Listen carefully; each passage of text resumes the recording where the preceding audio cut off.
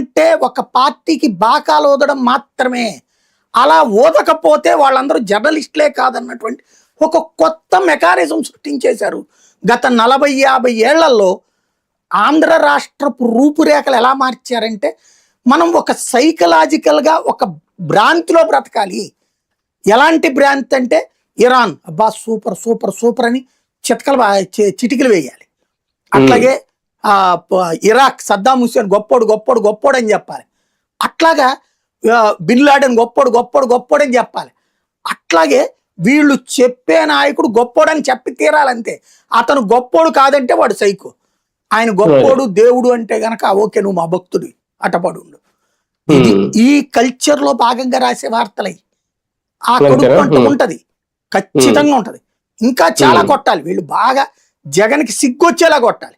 జగన్ అధికారంలోకి వచ్చాక వీళ్ళకి వ్యవహారంలో చట్టబద్ధంగా ఎందుకు తెలియదు. ఇప్పుడు వీళ్ళు ఎన్ని దొంగ కేసులు పెడుతున్నారు అంటే అంత పాపం చేశారా జగన్? అంతే కదా. జగన్ చేసిన అతిపెద్ద పాపం ఏంటయ్యా అంటే, అధికారంలోకి వచ్చినప్పటి నుంచి సంక్షేమ పథకాలు ఏం అమలు, ప్రతి నెల ఆ డబ్బులు ఎట్ట తెప్పించుకోవాలి, జనాలకి ఎట్ట వేయాలి, ఇదే పని.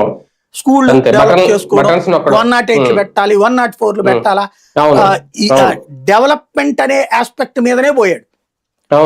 మధ్యలో అతను చేసిన కొన్ని తప్పందామా రైట్ అందామా ప్రతీకారం